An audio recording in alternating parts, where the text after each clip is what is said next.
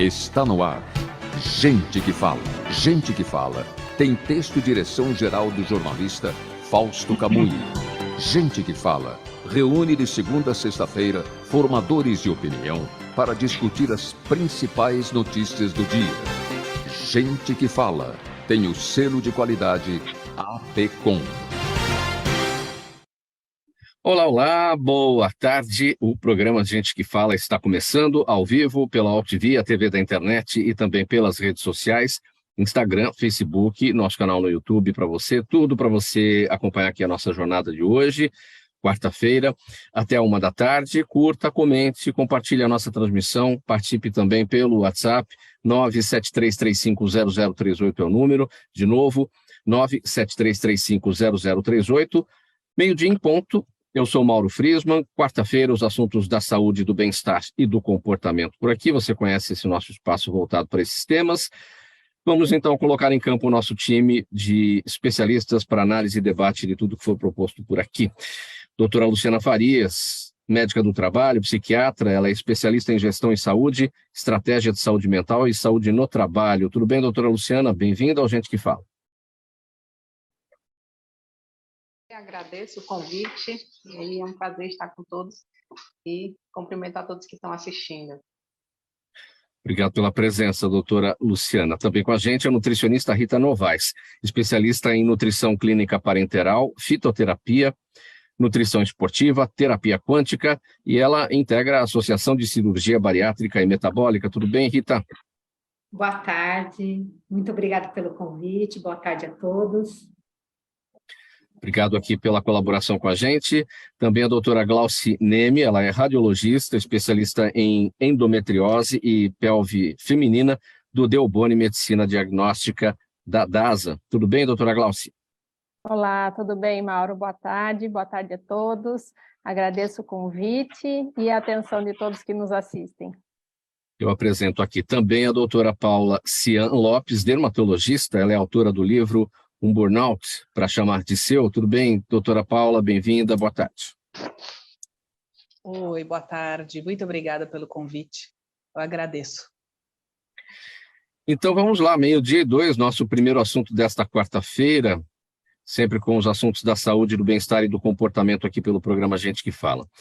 Olha, todos os organismos vivos na Terra dependem da água para sustentar sua existência, não é verdade? Só que dados divulgados hoje, que é o Dia Mundial da Água, apontam que 1 em cada 7 pessoas no mundo não tem acesso à água potável, um índice que tende a se agravar com a escassez que vem se estendendo aí mundo afora, né?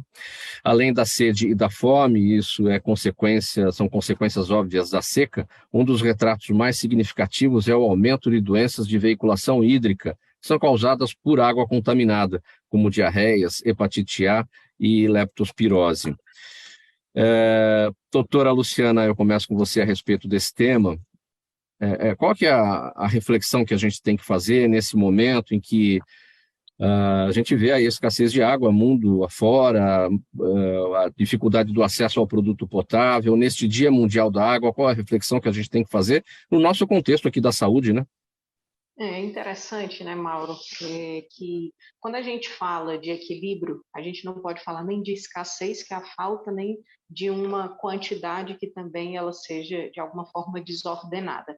E quando a gente fala da água também, né? Se falta, aquilo é um problema, mas se ela vem também muito e de uma forma desordenada, aquilo também acaba sendo um problema.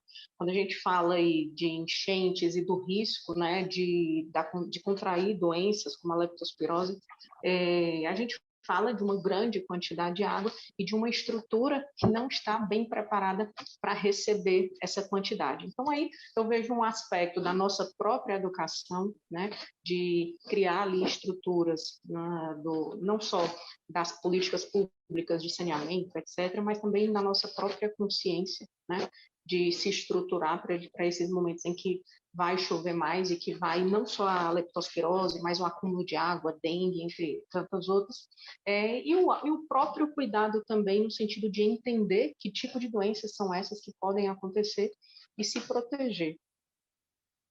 né? E não é só uma questão da preocupação que nós temos, né, num país tão grande como o nosso, em que muitos lugares não têm a água potável, não tem o tratamento de esgoto. Nos lugares onde temos tudo isso, muita gente não dá muita atenção para a água. Aí a questão é o desperdício, né, o mau uso. Exatamente, né? E, de novo, o excesso e a falta, né? A importância de se achar esses equilíbrios, né? E é preciso ter esse cuidado de utilizar da melhor maneira possível para que ela não falte também. Sim. Rita Novaes, sua expectativa não, seu olhar sobre esse tema no âmbito nosso aqui da saúde. Precisa ter a conscientização, né? Porque tem alguns lugares que as pessoas têm a água inclusive tratada, elas acabam desperdiçando esse recurso, e tem alguns locais na qual a pessoa não tem nem sequer água para beber. Então, é uma questão de conscientização, porque senão pode faltar para todos, né? É uma questão aí de controlar todo esse desperdício. Ainda mais aqui, que temos boa parte da água do mundo, né? Aqui no Brasil. Né? Temos a obrigação de dar esse exemplo. E esse exemplo vem desde, né, quando as crianças começam a crescer, uma educação que deve vir de casa. A escola não tem essa obrigação, né? Então, se já de pequenininho você já educa seus filhos falando do desperdício com relação à água e outros elementos também que vão fazer parte da poluição do meio ambiente, vai fazer toda a diferença. Então, nós vamos criar pessoas já com uma consciência para não desperdiçar esse elemento tão importante para a nossa saúde. Se falta água, muitas vezes nós temos a questão de patologias, ou até se a água está contaminada, também gera patologias, né? Doutora Glauci, seu olhar sobre esse tema, Dia Mundial da Água e toda essa situação que a gente observa mundo afora, do problema do acesso à água potável, a escassez e o desperdício também, né? Sim, Mauro. Pois é, então, assim, é muito importante, né, que as pessoas tenham, assim, essa conscientização em relação ao uso racional da água, né, e felizmente aí nossas crianças, até as escolas hoje já vêm trabalhando isso, porque se a casa, se a família não ensina, pelo menos a escola vem ajudando em relação a isso, e você vê que as crianças de hoje, elas têm uma consciência maior. Mas outra coisa muito importante é em relação ao lixo. Por exemplo, agora no verão, que a gente teve muita chuva, aqui na nossa cidade, por exemplo, aqui em São Paulo, isso levou a alagamentos, enfim, e algumas tragédias que a gente viu. Importante a gente lembrar do descarte correto do lixo, não jogar lixo nas ruas, que entopem bueiros, favorece aí os alagamentos. Então, a população precisa, sim, de uma conscientização melhor em relação ao uso racional da água, ao desperdício do lixo e, em relação às doenças, é isso, né? A falta de saneamento, infelizmente, vai levar aí a várias doenças que a gente pode prevenir, né? Com o saneamento básico. E parece difícil esse trabalho, né, da conscientização, né, doutora Glauci, porque nós temos políticas, né, do município, no estado, no país, política municipal, estadual e nacional de resíduos, né, a questão da destinação, mas as pessoas parecem pensar o seguinte: coloca um lixo na porta de casa, a partir daqui já não é mais problema meu, e é sim, enfim, porque você tem que saber como fazer isso na porta de casa e como destinar corretamente aquilo que é reciclável e tudo, né? Sim, com certeza. A questão da água é bem complexa, né, Mauro? Tem outras questões também. Hoje já existem consumo excessivo de plástico, por exemplo. Já se encontra micropartículas de plástico na água hoje, na água que a gente ingere. Então, também é errado, é complexo, né? São vários fatores envolvidos. Uso excessivo de agrotóxicos que contaminam a nossa água também. Enfim, tem bastante variável aí em relação a isso, né? Doutora Paula, se olhar sobre esse nosso tema, Dia Mundial da Água, sua reflexão. Muito interessante, porque nós falamos de vários métodos mais imediatos para economizar água, para conscientizar, né? Então, a questão do lixo, a questão de não entupir bueiro, a questão de consumir menos, mas uma coisa que a gente não pensa é que toda a indústria usa água. Então, o padrão de consumo também tem que ser repensado a médio e longo prazo. E a indústria tecnológica usa muita água. E é uma água que depois, dificilmente, ela vai ser reutilizada. Então, ela acaba sendo descartada com metais pesados também. Então, o padrão de consumo a longo prazo, se for mantido, nós precisaríamos de 3 planetas Terra para dar conta de tanto que a gente consome hoje. Ou seja, a informação está aí, saber a gente sabe, né? Só que as coisas não andam como nós gostaríamos, né? Não existe a devida consciência, não existe a devida fiscalização, embora as leis estejam aí, as políticas, enfim, temos muito a avançar nessa coisa da água, do uso correto, do não desperdício. Mas vamos lá, 12h10, o nosso próximo assunto por aqui, no Gente que Fala de hoje, é o mês de março, é o mês marcado pela campanha de conscientização sobre endometriose, orientando a população sobre suas causas, sintomas e tratamentos. A endometriose é uma doença ginecológica inflamatória crônica que se manifesta principalmente na idade reprodutiva e hoje é a principal causa de infertilidade e dores na região pélvica. Segundo a Comissão Nacional de Endometriose, 1 em cada 10 brasileiras sofre com o problema. Março amarelo, né? É a cor que define aí a campanha e tudo mais, não é, doutora Glauci? Agora, vamos falar da prevalência inicialmente. Quantas mulheres no Brasil, existe esse número, sofrem com a endometriose? Sim, Mauro, essa prevalência é bastante alta, viu? Infelizmente, 1 a cada 2 mulheres em 10 vão ter endometriose. Não sei exato número em relação à população do Brasil de cabeça, mas é bem prevalente. Então, assim, se você pensar no seu meio de amigas, mulheres conhecidas que você convive, a cada 10, cerca de 1 a 2 vão ter endometriose. É muito prevalente, mas infelizmente é uma doença subdiagnosticada, pouco diagnosticada. Então, por isso a importância desse mês para a gente melhorar aí a conscientização das pessoas.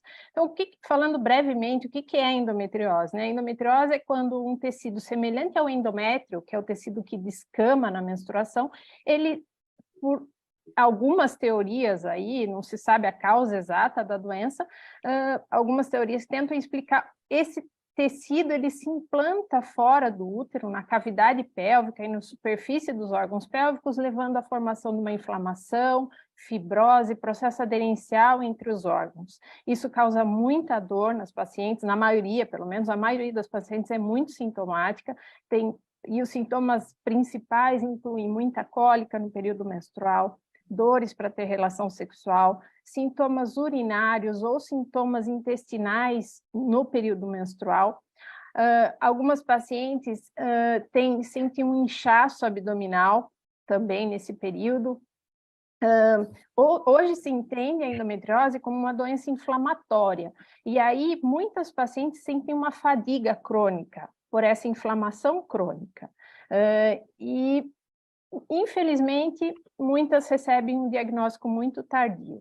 Então, assim, o que a gente tem de dados de pesquisa é que as pacientes demoram cerca de 7 a 10 anos para ter o diagnóstico da endometriose, em média. E isso não é uma realidade só nossa, só no Brasil. Mesmo países de primeiro mundo, a gente vê que também esse diagnóstico é atrasado. E aí tem vários aspectos que podem justificar o porquê desse atraso, né?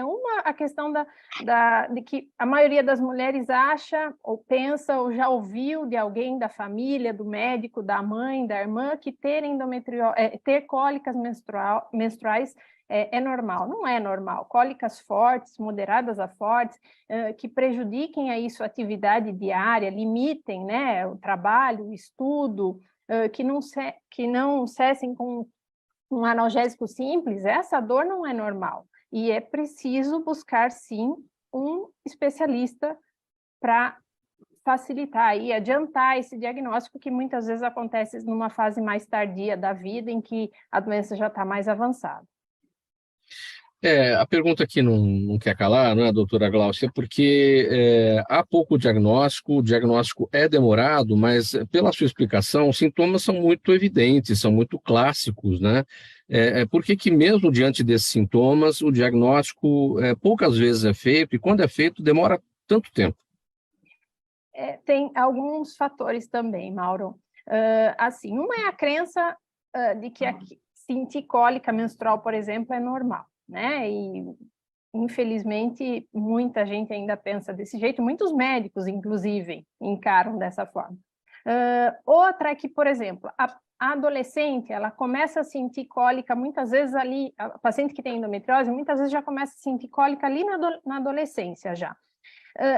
E aí, no começo, a doença ainda não dá muitos, ela não é visível mesmo, pelo menos aos métodos de imagem. E aí, elas já começam o uso do anticoncepcional desde cedo para controlar, como um método para controle dessa dor.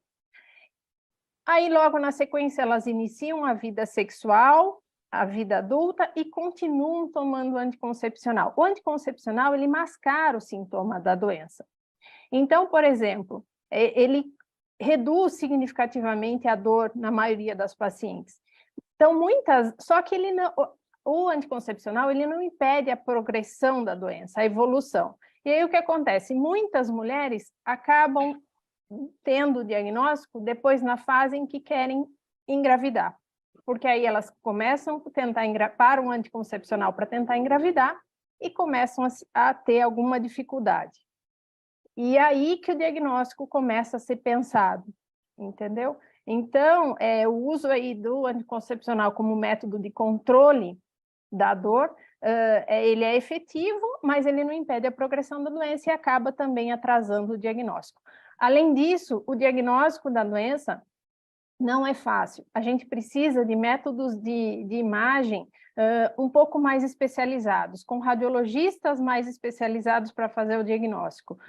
Porque nas ultrassonografias transvaginais, né, de rotina, que a maioria das pacientes fazem, normalmente o diagnóstico de endometriose não é feito, a não ser que ela tenha algum cisto de endometriose no ovário. Do contrário, as lesões elas ficam um pouco escondidas, e nesse ultrassom simples a gente não faz o diagnóstico. Então, precisa que o ginecologista da paciente suspeite da doença e peça um exame mais específico, idealmente realizado com preparo intestinal, quer seja a ultrassonografia, quer seja a ressonância magnética, e que tenhamos radiologistas especializados fazendo ou laudando esses exames para que a gente consiga esse diagnóstico. A endometriose, doutora Glauci, ganhou uma visibilidade, ganhou uma evidência nos últimos temas, saltou aos olhos das mulheres, chamou mais a atenção dos médicos, dos profissionais, em razão do caso da Anitta. Quando uma celebridade vem a público trazendo um tema, isso acaba ajudando, porque ganha visibilidade e invariavelmente, a gente imagina que quem tem um problema se identifica e corre atrás, né? Sim, isso num contexto geral é bom, né, Mauro? Porque essas pessoas têm um alcance muito grande de seguidores, né, nas redes sociais, então isso ajuda a melhorar aí a conscientização das mulheres, das pessoas em relação à doença, né? Então, muitas que se identificam com a descrição dela, né, acabam procurando, então, um especialista, né, um ginecologista para investigar essa dor, né? Março Amarelo, né, numa referência à campanha para os cuidados com a endometriose. O que está previsto aí de evento, enfim, de campanha mesmo, para chamar atenção nos consultórios, no corpo médico de uma maneira geral? Sim, nas redes sociais hoje você vê que tem os médicos, os ginecologistas que trabalham com a doença, que são especializados em endometriose, eles fazem campanha de conscientização aí, uma campanha maior nesse mês, né, trazendo mais informações, mais postagens em relação às doenças. Tivemos alguns eventos, por exemplo, da Sociedade Brasileira de Endometriose, que fez um evento final de semana retrasado, se eu não me engano, em relação à doença. E o mês é bacana porque é isso, né? As pessoas lembram mais, divulgam mais informações e aí ajudam, né, a melhorar o alcance aí do conhecimento da doença.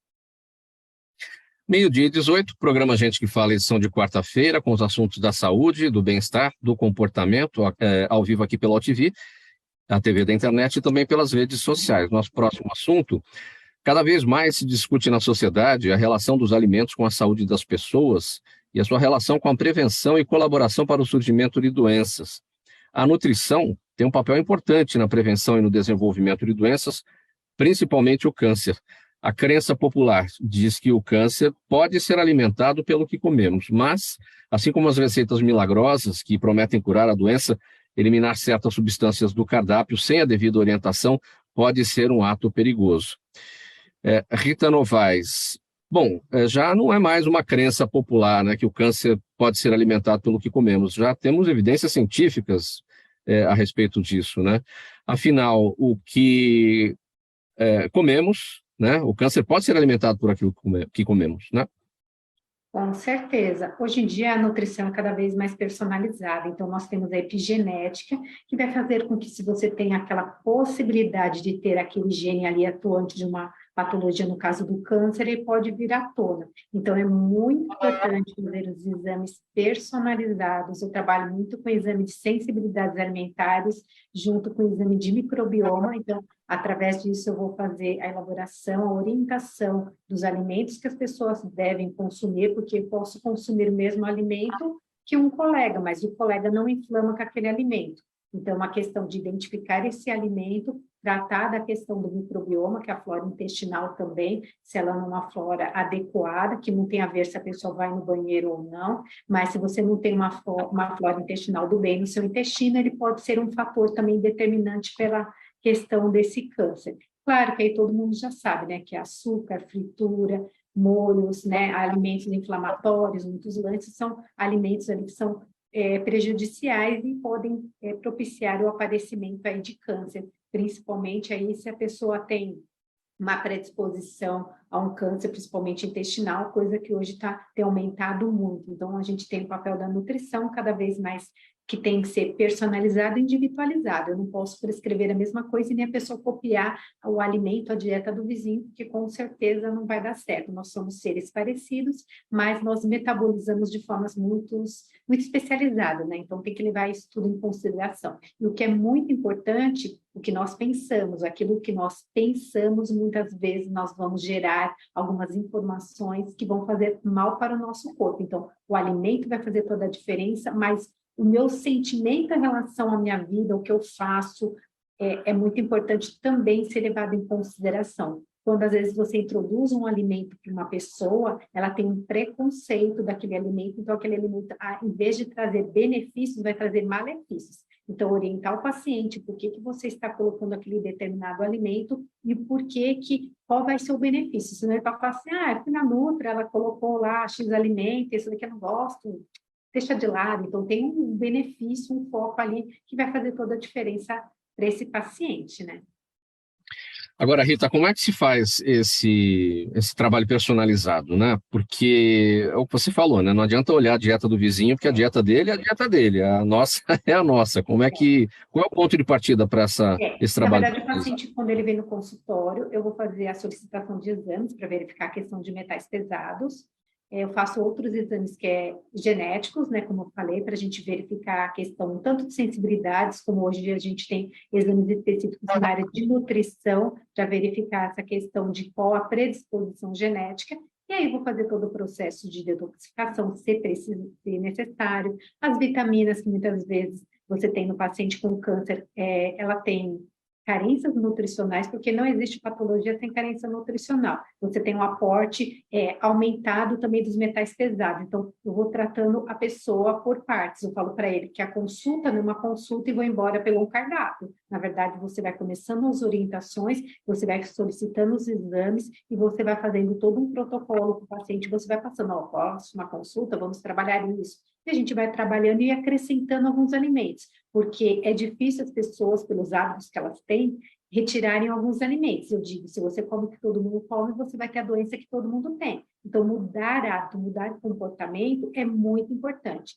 Aqui no consultório eu tenho fonoaudiólogo, psicólogo também, que trabalham junto comigo. Então, geralmente, eu acabo indicando, fora o tratamento que a pessoa faz com o médico, para fazer um tratamento multidisciplinar. Porque mudar comportamento, falar para a pessoa, a partir de hoje, seria interessante você retirar ou diminuir esse alimento, vou te dizer que é muito difícil. As pessoas têm resistência. O que é que pesa mais nesse trabalho? Fazer entender quais são os hábitos alimentares da pessoa, ou a parte genética dela, porque tem muita gente que não tem conhecimento sobre... Porque, assim, todo profissional da saúde gosta de história, precisa conhecer o paciente, precisa saber informações dos antepassados, enfim. Tem gente que não tem, não sei o que minha avó tinha, do que morreu, enfim. E é importante saber, né? Quando falta essa informação, qual é o caminho? Na verdade, você vai fazer uma anamnese. E se porventura a pessoa falar assim, olha, foi adotado, eu não tenho qualquer informação. Você vai trabalhando em cima dos hábitos alimentares, porque os hábitos alimentares eles vão refletir no resultado do exame de sangue. E através dos exames que você está recebendo do paciente, você já sabe, ele tem uma predisposição a ter uma hemoglobina glicada mais alta, ele consome mais carboidrato, você já tem o perfil do paciente. Em cima disso, você vai tratando em questão de evidências científicas o que você tem que modular para você melhorar a saúde dessa pessoa. Então, hoje não tem a desculpa, eu não sei como foi minha mãe, minha avó, minha bisavó, e eu não vou fazer nada. Não, você tem como fazer todo o trabalho. Mesmo porque hoje em dia as pessoas às vezes vêm no consultório, é para fazer uma modulação para que ela tenha uma longevidade. Hoje em dia as pessoas não vêm só para tratar uma patologia. Aí vai depender do foco da abordagem que cada um tem interesse, né? Mas sempre é importante o tratamento multidisciplinar para ter algum resultado. Vamos fazer aqui 2 listinhas para a nossa audiência deixar guardadinho ali. Quais são os alimentos que causam câncer e os que previnem? Olha, o alimento que eu digo que é vilão é o açúcar. Então, o açúcar branco, além de ele trazer malefícios, ele aumenta a glicemia, marcadores ali de inflamação, nós temos a questão dos agrotóxicos que são colocados lá. Então, vou te dizer, não posso afirmar com toda certeza, mas a gente vê grande número de pacientes que você até pede alguns exames, PET scan, alguns outros, e às vezes eles são, o câncer dele aumenta com o consumo de açúcar. Eu vou falar que eu vou tirar o açúcar de todo mundo? É uma questão de ser avaliada. A questão de fritura, são alimentos também inflamatórios. Hoje, às vezes, a pessoa chega no consultório e fala assim, eu sou chocolatra. Ok, comer um chocolate de qualidade que tem o cacau é bacana, mas qual chocolate que você está consumindo? Porque dependendo do chocolate que você está consumindo, só vai ter açúcar. Se você leu lá que o primeiro ingrediente é o açúcar, ele não é cacau, ele é açúcar. Então, você paga pelo cacau e recebe açúcar. Então, vou te falar, esse alimento não é interessante, não consome, não. Então, assim, a gente tem a questão do trigo. Hoje nós temos pessoas que não metabolizam o trigo. Vou tirar o trigo de todo mundo? Não, vou fazer o exame. Só que essa pessoa não consegue digerir, que a gente tem que entender que nosso trigo não é o trigo de Jesus. Nosso trigo foi moldado geneticamente, então a grande maioria das pessoas não metabolizam. Então, é uma questão de avaliar. A proteína do leite é a mesma coisa. Tem pessoas que se dão muito bem, não tem problema algum, mas tem pessoas que elas não metabolizam. Em cima disso, se elas não metabolizam, não digerem direito aquela proteína vai apresentar para o corpo dela como um órgão, uma proteína estranha, vai apresentar para o órgão-alvo, e aí vai gerar todo o processo inflamatório e gerar várias patologias. Então, a gente tem que conversar primeiro com o paciente, falar o que a gente vai estar fazendo, qual é a metodologia que a gente vai estar criando para a gente fazer uma mudança. Eu vou te dizer que a gente tem que conversar, orientar, prescrever, né? Não é somente prescrever, senão as pessoas elas não vão dar seguimento à sua prescrição, à sua orientação. Vamos fazer um giro aqui pelas outras áreas. Doutora Luciana, qual é o papel da medicina do trabalho nesse tema do câncer? No dia a dia, as pessoas que estão no trabalho comem fora de casa, né, em horários estranhos, às vezes, dão muita atenção para o trabalho, ficam comendo as chamadas porcarias, aquele chocolatinho na mesa no meio da tarde também para dar uma energia. Hoje é um desafio da maioria das empresas, não somente a alimentação, mas a obesidade de grande parte dos funcionários das empresas, porque esse aumento de peso ele traz consigo diversos problemas, não somente relacionados à possibilidade do desenvolvimento de um câncer, porque já se tem a relação em vários estudos da qualidade alimentar versus, né, o adoecimento e a ocorrência de câncer, mas também na própria desempenho da pessoa ali no trabalho, né?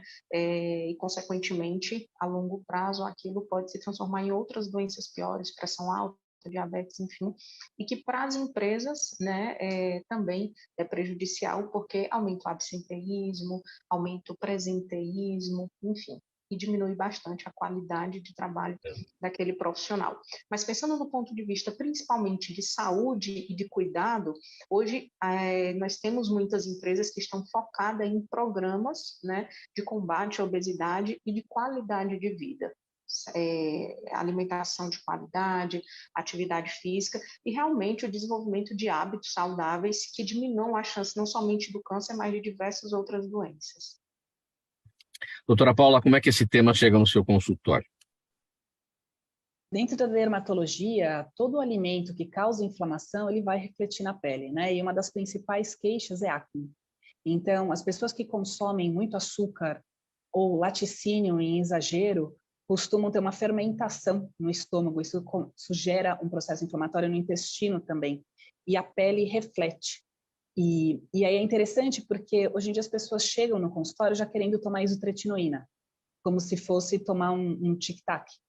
E você pede para mudar a alimentação, você dá uma orientação, mas eu vou deixar de comer isso, mas eu vou deixar de fazer. Então, realmente, essa parte do trabalho multidisciplinar é importante, porque quando você tenta mudar o hábito que traz prazer imediato para a pessoa, aquela secreção de dopamina, aquele bem-estar, porque é o mesmo centro da droga, digamos assim.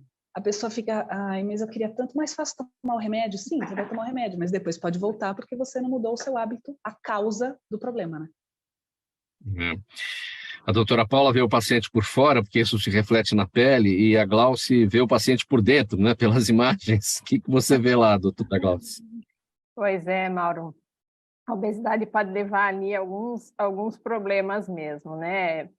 Por exemplo, na imagem, esteatose hepática, né, que é o acúmulo de gordura no fígado, a aterosclerose, né, nos vasos, e pegando um gancho com a endometriose, que foi o tema que a gente discutiu há pouco, o tratamento da endometriose, ele é um tratamento multidisciplinar também, e a nutricionista tem um papel fundamental, porque o que a gente sabe é que pacientes que adotam uma dieta anti-inflamatória, reduzindo açúcar, reduzindo o glúten, por exemplo, eles têm uma melhora significativa dos sintomas. Então, aquela combinação dieta, né, atividade física é fundamental também para o controle dos sintomas da dor das pacientes com endometriose. Então, eu entendo que a alimentação ela é determinante aí para uma qualidade de vida em vários aspectos.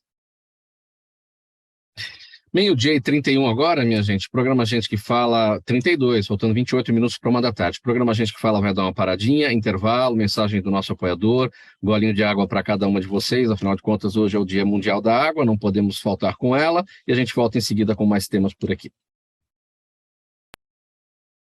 Toda ação estratégica de sucesso tem um componente fundamental, um instituto de pesquisas ético, rápido e preciso. Afinal, é ele que vai fornecer informação confiável, sem achismos e palpites. E isso, numa época de mudanças rápidas e repentinas, é fator crítico de sucesso. A Orbis é um instituto de pesquisas que une precisão e confiabilidade estatística com a mais alta tecnologia de pesquisas do mercado. Tem inteligência artificial, robótica, big data, entre outros recursos, para que você tenha uma informação correta, confiável, com o menor custo e no menor tempo possível. Na sua próxima ação, seja ela corporativa ou política, comece pela Orbis, porque com a informação correta você vai mais longe, mais rápido e com mais segurança. Estamos de volta, programa Gente que Fala pela AltV, a TV da internet e também pelas redes sociais, Instagram, Facebook, o nosso canal no YouTube, tudo aí à disposição para você acompanhar o nosso debate, a nossa análise de hoje, sempre os temas da saúde, do bem-estar e do comportamento na quarta-feira. Muito bem, hoje é o Dia Mundial da Água, mas olha, anteontem, dia 20, foi o Dia Mundial da Felicidade, mas o que é essa tal felicidade, né, gente? Como senti-la? Essas são perguntas que povoam a mente de quase todo mundo, mas para as quais parece não ter uma receita muito simples, né? A grosso modo, a felicidade é uma construção feita ao longo da vida, baseada na percepção dos nossos sentimentos. Mas há pessoas que não conseguem ser felizes mesmo quando tudo parece estar perfeito, enquanto outros se sentem realizados mesmo nos períodos mais nebulosos. Luciana Farias isso significa que a felicidade é subjetiva. Absolutamente subjetiva, e eu acho que essa é a maior beleza dela. Quando a gente fala de felicidade, Mauro, é impossível você conseguir traduzir o que é a felicidade em palavras. Geralmente, para você conseguir isso, você vai lembrar de algum momento, de alguma situação da sua vida onde você se sentiu muito feliz, muito satisfeito. Então, a gente está falando de algo que vem na ordem das sensações, dos sentimentos. Então, ela é absolutamente subjetiva, e é por isso que não tem uma receita do que é felicidade, de como se sentir feliz. Isso é uma descoberta individual, isso é uma descoberta que cada um vai ter que fazer ao longo da vida. E, enfim, hoje nós temos muitas confusões também quando a gente fala de felicidade, né? É importante, por exemplo, diferenciar felicidade de alegria. Felicidade é um estado de espírito, de satisfação constante. Alegria é um momento de euforia, um momento onde você tem uma explosão, vamos dizer assim, de celebração, né? Então, eu posso sim ser uma pessoa feliz, me sentir feliz, e naquele momento não estar feliz, ou não estar alegre, estar triste por algum acontecimento, o que não quer dizer que eu sou uma pessoa infeliz. Então, acho que de cara é muito importante, primeiro, a gente dizer que não tem receita, é algo absolutamente subjetivo, é uma descoberta individual, e que ela é sim diferente da sensação de alegria. Será que as pessoas não depositam essa questão da felicidade numa área só? Por exemplo, se a pessoa não está bem no trabalho, está bem em tudo, mas não está bem no trabalho, eu não sou feliz porque eu não estou bem no trabalho. A pessoa não está bem no amor, mas está bem no resto. Não estou bem no amor, então não sou feliz. E aí fica procurando a felicidade 100% geral. As pessoas, elas têm uma tendência a achar que felicidade tem relação com perfeição, né? E a perfeição não existe. Quando a gente fala de perfeição, a gente fala de uma vida, de comportamentos, de relações, de resultados sem erro. E isso não vai acontecer. Aliás, uma das grandes certezas que a gente tem no dia que nasce é que a gente vai morrer e que a gente vai errar. A gente começa, né? Aliás, o mundo, a vida, a humanidade começou, teoricamente, de um erro, quando Adão e Eva morderam o fruto proibido, né? E tem o ditado que sempre é dito, né, que errar é humano. Então, assim, faz parte de nós. A gente não pode achar que felicidade tem a ver com perfeição, porque a perfeição, de fato, não existe. Errar faz parte do nosso crescimento. Nós crescemos, inclusive, tentamos caminhar, e ao tentar caminhar, nós caímos, erramos, nos levantamos. Enfim, uma pessoa que dirige bem a vida toda, em algum momento da vida comete algum erro ali no trânsito, não quer dizer que ela não sabe ou que ela desaprendeu, quer dizer simplesmente que ela cometeu um erro. Então, a sensação de felicidade, a sensação de satisfação, ela é muito interligada a essa nossa capacidade que nós vamos desenvolvendo ao longo da vida de aceitar os erros que cometemos, de trabalhar nossas frustrações, de entender que perfeição não existe e que aquele modelo de vida que eu tenho, ainda que tenha resultados negativos, ele pode sim ser feliz e ter muita satisfação. Essa reflexão é importante para todos, não é, doutora Luciana? Porque e ressignificar isso, né? Trabalhar as frustrações, porque a infelicidade, as mágoas, enfim, aquilo que te traz insatisfação, isso traz doenças, né? Isso sobrecarrega o emocional, a alma, enfim, e a gente sabe que isso vai trazer doenças. Então, o caminho para a felicidade sempre tem que ser perseguido, né? Dalai Lama, ele escreveu um livro chamado Arte da Felicidade, né? Onde uma das coisas que ele aborda bastante também é essa questão do mundo perfeito que a gente tenta construir e dessa necessidade que a gente tem de trabalhar esses erros, essas imperfeições, essas frustrações nossas, das coisas que acontecem ali ao nosso redor.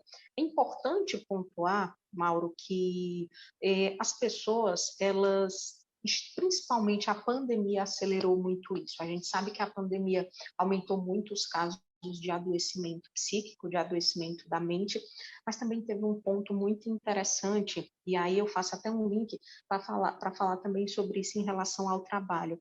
As pessoas, elas perceberam durante a pandemia que, independente da tentativa de controle que elas tentassem ter, que elas quisessem ter sobre a vida, sobre o trabalho, sobre os acontecimentos, existe algo muito maior e que está além das capacidades dela, né? Que é a ocorrência de, enfim, de catástrofes, até então muita gente não tinha se deparado com isso, e através do isolamento social, das perdas, de tantas perdas que nós tivemos, a humanidade ela teve essa oportunidade de virar essa chave. Eu não vou mais falar cair a ficha, porque esse pessoal de agora não entende o que é cair a ficha, né? Então a gente fala virar a chave. E aí a gente fala dessa sensação de controle, né? Que está muito ali atrelada também a sensação de infelicidade. Quando eu falo de controle, eu estou falando de ter uma certeza, ter uma expectativa de que tudo vai dar certo e acontecer do jeito que eu entendo, do jeito que eu idealizo. Viver nesse mundo de idealização é muito prejudicial, porque a realidade ela é completamente diferente, e se ela for 1% diferente do que aquilo que você idealizou, você já vai ter uma percepção diferente do seu resultado, que não foi tão bom, ainda que ele tenha sido maravilhoso, né? Então, a pandemia, ela trouxe isso, mas é importante também falar que a sensação de tristeza e de infelicidade, ela pode ter um aspecto cronificado, que é quando ela se torna doença. Então, a sensação de infelicidade ou de tristeza, ela pode também ser um sintoma de depressão, por exemplo. Então, de novo, é um tema muito subjetivo, mas que ele precisa ser olhado em detalhes, né? As pessoas que se sentem dessa forma, elas precisam buscar ampliar esse olhar em relação a isso. Luciana, felicidade e otimismo são parentes próximos. Vamos fazer uma analogia aqui, já que a gente está no Dia da Água, né? Tem aquela história, você vê o copo d'água meio cheio, meio vazio, ou seja, sinta-se feliz ou esteja otimista porque você ainda tem meio copo de água para matar a sua sede, ou sinta-se infeliz e pessimista porque você só tem metade do copo d'água para matar a sede. Enfim, são coisas que são parentes próximos. Sim, com certeza. A pessoa que sente-se feliz, ela é mais otimista. Ela tem uma visão mais de possibilidades positivas. E aí, Mauro, eu gosto de fazer também uma diferenciação entre possibilidade e probabilidade. As possibilidades, elas são infinitas, as probabilidades não. Elas são finitas e elas são matemáticas. As pessoas, muitas pessoas tendem a sofrer por possibilidades. E se a gente for falar de possibilidade, tem alguma possibilidade de um meteoro cair aqui agora onde a gente está? Tem. Agora, qual é a probabilidade disso acontecer? É mínima. Só não vou dizer zero, porque também não tem essa zero, mas é muito pequena, né? Então, você passar a entender melhor a diferença do seu sofrimento ou do seu otimismo baseado no que é possibilidade do que é probabilidade, ajuda bastante, e pessoas que se sentem mais felizes têm esse olhar mais otimista. Um outro parêntese também que eu faço é que muitas pessoas têm uma tendência a achar que os resultados é que compõem a sensação de felicidade, e todos os estudos mostram, todos os estudos relacionados à felicidade, a comportamento humano, que é justamente o contrário. A pessoa que passa a desenvolver, né, a se sentir, a se ver, a desenvolver comportamentos de felicidade, ela tem melhores resultados do que as pessoas que esperam ter resultado para se sentirem felizes. Então, é importante pontuar isso também. Doutora Paula, eu vou fazer uma pergunta aqui nesse tema e eu já linko com o seu assunto também, porque lá atrás a gente falou que a nutrição se reflete na pele. A felicidade também se reflete na pele. E aí eu já vou para o seu tema na sequência da sua resposta. Sim, a felicidade se reflete na pele, né? Uma pessoa feliz, vamos dizer, o coração funciona melhor, oxigena melhor a pele, tem um viço, tem um brilho no olhar também, né? Sorri mais, e você acaba exercitando os músculos do rosto, acaba ficando com a bochecha mais bonitinha também. Olha, a dermatologista, a doutora Paula Cia Lopes, que está aqui com a gente, ela sempre acreditou que dedicar-se incansavelmente à carreira era a escolha certa, até que em 2020, entre atendimentos e sob pressão, ela teve um ataque de pânico, e essa crise foi tão intensa que logo após o atendimento médico foi imediatamente afastada de suas funções. E o diagnóstico, síndrome de burnout, que é uma doença ocupacional, a gente vai falar disso. Para ajudar a afastar o estereótipo da doença, a Paula decidiu tornar pública a sua experiência e escreveu um livro, Um burnout para chamar de seu, é o título dessa obra. Como é que foi essa história, doutora Paula? E vamos falar do burnout, né, como uma doença ocupacional, que tem muita gente sofrendo disso, né? O burnout, ele é vinculado, o diagnóstico burnout é vinculado ao trabalho, tá? Então, apesar de ele não ser considerado uma doença, ele tem um código internacional de doença, ele já é um motivo legal para o afastamento do trabalho, mas existem sintomas que se confundem com depressão e ansiedade também. Então, por isso essa questão de é um diagnóstico sozinho ou não. Agora, a síndrome do burnout, ela está muito relacionada a uma estafa, né? Realmente é o queimar até exaurir, a tradução literal, é um esgotamento. Então, não é só uma tristeza, não é só uma ansiedade, é um esgotamento físico e mental. Você passou do seu limite há muito tempo. Como é que foi a sua história, essa pressão? Pelo que eu vi, 2020 estava no auge da pandemia. Como é que foi esse momento seu, ali no atendimento, enfim, dando atenção toda para a sua carreira, para o seu trabalho? Você descobriu o seu esgotamento ocupacional? O esgotamento, ele veio muito, a colaboração maior veio do mundo corporativo, né? Então, eu estava exercendo duas funções ao mesmo tempo. Eu estava no consultório, atendendo meus pacientes, mas eu também estava no mundo corporativo, que estava me exigindo muito mais. E aí, o confinamento, ter que trabalhar exclusivamente de casa, foi um momento muito difícil também, porque você é tirado da sua vida, você é tirado do convívio social, e você é obrigado a olhar algumas situações que são tóxicas, patológicas, ou que já estão adoecidas. E vamos falar qualquer tipo de relacionamento, né? Para mim, não foi só o trabalho foi o culminante. Mas eu estava num relacionamento que já estava muito adoecido, eu tinha relações familiares muito pesadas, e o meu relacionamento comigo mesmo estava inexistente. Porque essa é uma das questões do burnout. Você deixa de se perceber, é a despersonalização. Tudo é mais importante do que você. Então, especialmente o trabalho nesse momento ganha uma importância maior e você deixa até de se cuidar. O diagnóstico é difícil de ser feito. Eu acho que o fato de eu ser profissional da saúde já me trouxe alguma luz, né? E o ataque de pânico que eu tive, ele já foi precedido de outros sintomas. Então, já estava um esgotamento, como as pessoas dizem, que eu estou na base da raiva hoje, né? Trabalhando na base da raiva. Insônia, palpitação, sudorese, inapetência, já tinha um desânimo com outras coisas. E esse ataque de pânico foi um desespero só de ter que pensar em ouvir a voz da minha chefe no dia seguinte. Então, realmente, o meu cérebro chegou e falou assim, chega, não dá mais. Quem é que lida inicialmente com isso? Quem é o psiquiatra que faz o diagnóstico? Qual é o ponto de partida? Depende. Eu acho que por isso que é importante a veiculação da informação, né? Pode ser um companheiro que já ouviu falar da síndrome, pode ser um outro médico. Eu já cheguei para pacientes e falei assim, olha, você está tomando antidepressivo já está precisando de remédio para dormir, o seu olhar está vidrado, você está extremamente cansada, você não dorme há meses, por favor, vá procurar um psiquiatra.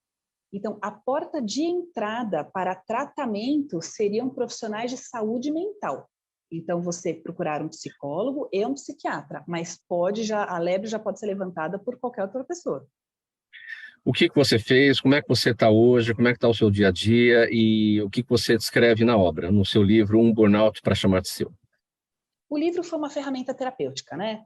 Por quê? Porque essa questão de você não saber a tua história, que a gente ficou falando da história, da alimentação, um tratamento multidisciplinar, chegou um momento em que eu estava tão focada na vida, em produzir resultados, em ser tão heroína, tão forte e tão admirada pelos outros, que eu deixei de perceber se aquilo era importante para mim ou não. Então, eu estava me matando por um sonho que não era meu. Eu estava me matando por um relacionamento que não estava fazendo bem para mim. Eu estava pensando em agradar familiares. E escrever o livro me colocou numa perspectiva. Eu me tirei da emoção forte e eu consegui me focar no que estava acontecendo. Eu tive que ser afastada, claro, precisei tomar antidepressivo. Tive que fechar o consultório por um tempo também, porque eu não estava em condições de cuidar de ninguém. E a primeira coisa foi focar em atividades que me levassem a prestar mais atenção em mim. Então, praticar respiração, meditação, yoga, melhorar a minha alimentação de novo e, obviamente, continuar a psicoterapia e entrar no tratamento psiquiátrico, né? Bom, enfim, a obra foi um trabalho terapêutico, te ajudou a superar, né? E, ao mesmo tempo, levar informação para quem precisa conhecer este problema, a síndrome do burnout. Conhecer e pensar e olhar bem de frente para o preconceito que as doenças psiquiátricas trazem. Eu, como médica, tinha vergonha de falar sobre isso. Eu, como médica, fiquei relutante em tomar o antidepressivo. Então, eu, como médica, tinha preconceito com o meu diagnóstico. Então, eu, médica, não respeitava a Paula, paciente. Então, no livro... Desculpa. Não, pode concluir, porque tem uma pergunta aqui da audiência justamente nessa linha, mas pode concluir, eu já faço a pergunta. Então, no livro, eu coloco uma linha cronológica. Eu não acho que seja uma construção só relacionada ao ambiente de trabalho. Isso vem uma vida toda. Qual é o tipo de criação, qual é o seu tipo de personalidade, qual é o tipo de expectativa que você tem, e aquilo que a doutora Luciana falou, né? Qual é a sua expectativa, mas isso é realista ou não? Qual é a real perspectiva que você tem? Então, você está sempre buscando a felicidade. A felicidade vai ser quando eu juntar X de dinheiro, vai ser quando eu tiver tal cargo, quando eu viajar o mundo inteiro, quando eu tiver 5 filhos. Será que é isso mesmo? Você falou em vergonha, falou em preconceito, que você passou por isso, e a pergunta da Daniela Neves, ela está no Instagram acompanhando, vai nessa toada. Ela quer saber se há muito preconceito ou desconfiança com o burnout, principalmente por parte das empresas. Sim, o preconceito começou comigo, o preconceito depois chegou dentro da minha casa, dentro da minha família, da família do meu companheiro, que as pessoas falavam que isso era frescura, que eu tinha que ser forte, que eu não sabia lidar com as situações. Aí dentro da empresa, o que aconteceu?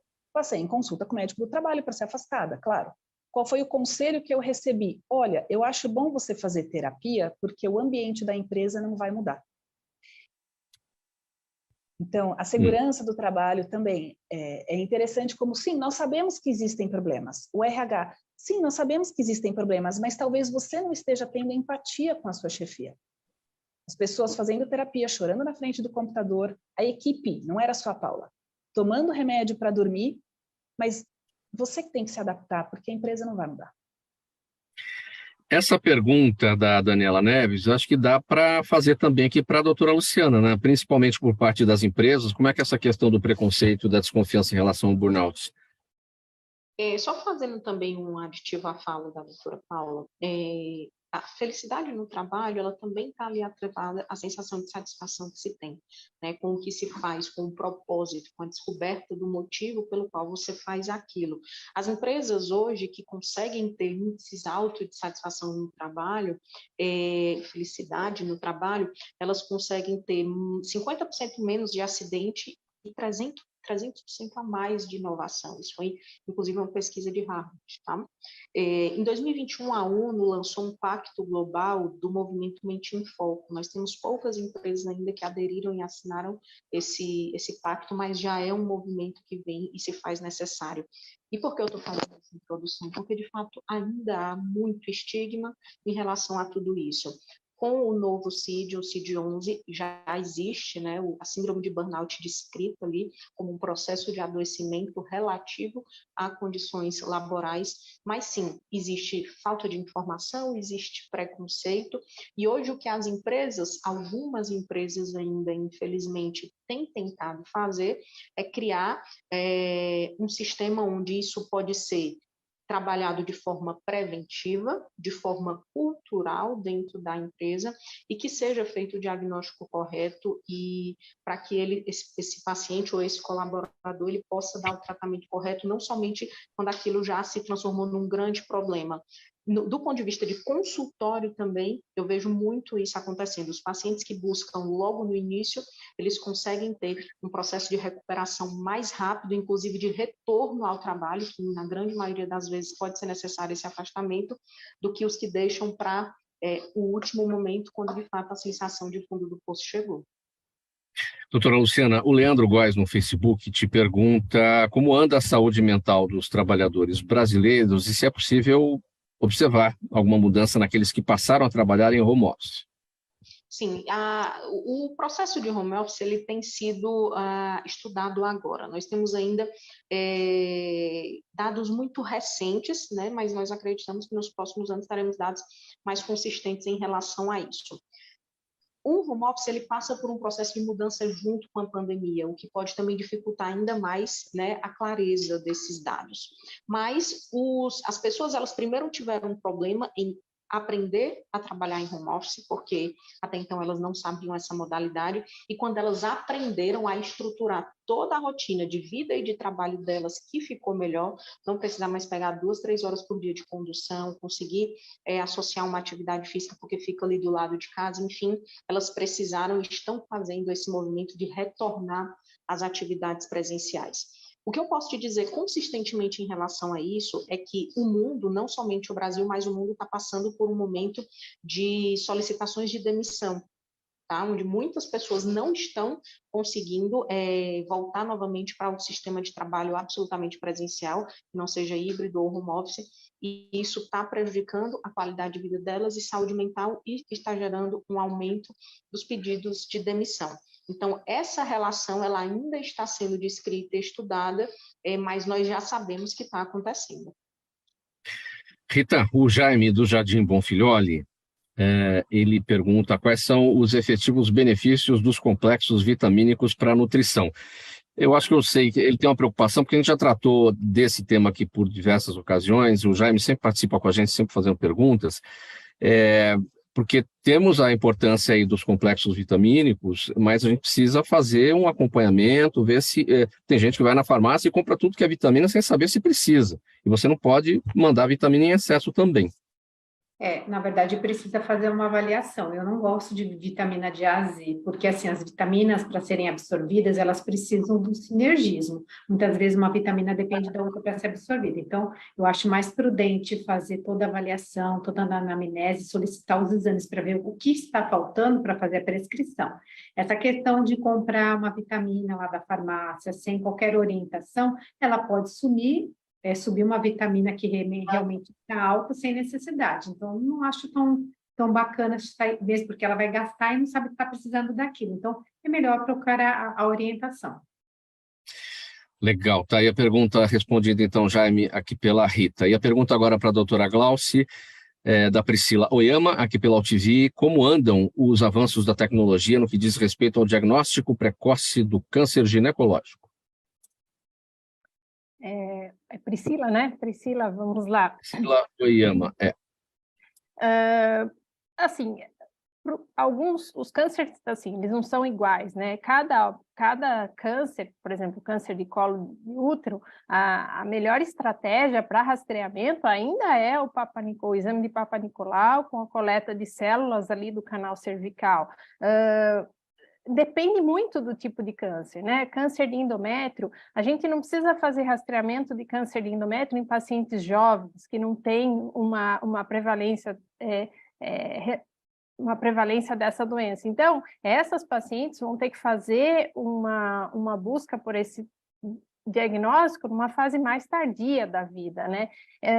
Então, assim, claro que existem cada dia mais os métodos de imagem, por exemplo, melhoram, existe uma melhora significativa da qualidade, mas o foco não é exatamente fazer exames de imagem por fazer. Eles têm que ser direcionados para uma doença específica, um tumor específico, numa fase da vida específica, então por isso é importante a gente buscar sempre um acompanhamento especializado, um ginecologista para fazer esse diagnóstico. Vamos para as despedidas de vocês, para a gente colocar um ponto final nessa edição do programa Gente que Fala. A Glauci está com a palavra. Sua mensagem final, bem rapidinho, 5 segundos, e seus canais, doutora Glauci. Agradeço a participação, Mauro, o convite, agradeço a atenção da nossa audiência. Eu tenho um Instagram profissional, chama Gineco em Imagem, em que eu estou junto com mais 2 outras radiologistas, especialistas em endometriose, em pelve feminina, e o foco desse Instagram é aí trazer informações para outros médicos, outros ginecologistas ou radiologistas que trabalham nessa área. Obrigada. Obrigado, doutora Glauci. Doutora Paula, sua despedida rapidinho, seus canais. Obrigada pela audiência. Dizer que o livro é um livro para todo mundo, não é só para quem teve a doença, para vocês verem se vocês se relacionam com algum padrão pré-estabelecido. E meu Instagram profissional, @doutora Paula Sen Lopes. Obrigada. Rita Novaes, sua despedida e seus canais. Muito obrigada pelo convite, boa tarde a todos. Meu Instagram é nutricionista_Rita Novaes com I. Novaes com I. E a doutora Luciana Farias, sua despedida e seus canais. Está fechado o seu áudio, agora sim. Agora sim, eu agradeço muito o convite, Mauro, a presença de todo mundo que esteve aqui assistindo. Meu Instagram e minhas redes sociais é DRA, abreviação de doutora, DRA.Luciana Farias. Lá a gente fala sobre saúde mental e sobre, enfim, temas relacionados às emoções. Muito obrigado pela presença de vocês. A gente coloca um ponto final aqui nessa edição do programa Gente que Fala de quarta-feira, com os assuntos da saúde, do bem-estar e do comportamento. A doutora Luciana Farias, médica do trabalho e psiquiatra, esteve com a gente, a nutricionista Rita Novaes, a radiologista doutora Glauci Neme e a dermatologista doutora Paula Cian Lopes. O programa Gente que Fala é a realização da ABCom, na técnica da UTV, o Sérgio Oliveira. Valeu, Sérgio, aí pelos trabalhos de hoje. Apresentação minha, Mauro Friesman, pauta e redação do Pedro Schiavon, Zenilda Salvato, nossa diretora de produção, jornalista Fausto Camunha, nosso diretor-geral, na técnica da UTV, aliás, desculpe, na direção-geral da UTV, o jornalista Alberto Luchetti, você aí do outro lado, espectador, internauta, a razão da nossa presença aqui todos os dias. A gente volta a se falar amanhã, a partir do meio-dia, ao vivo. Um abraço a todos, 1h em ponto, uma boa tarde. Tchau, tchau.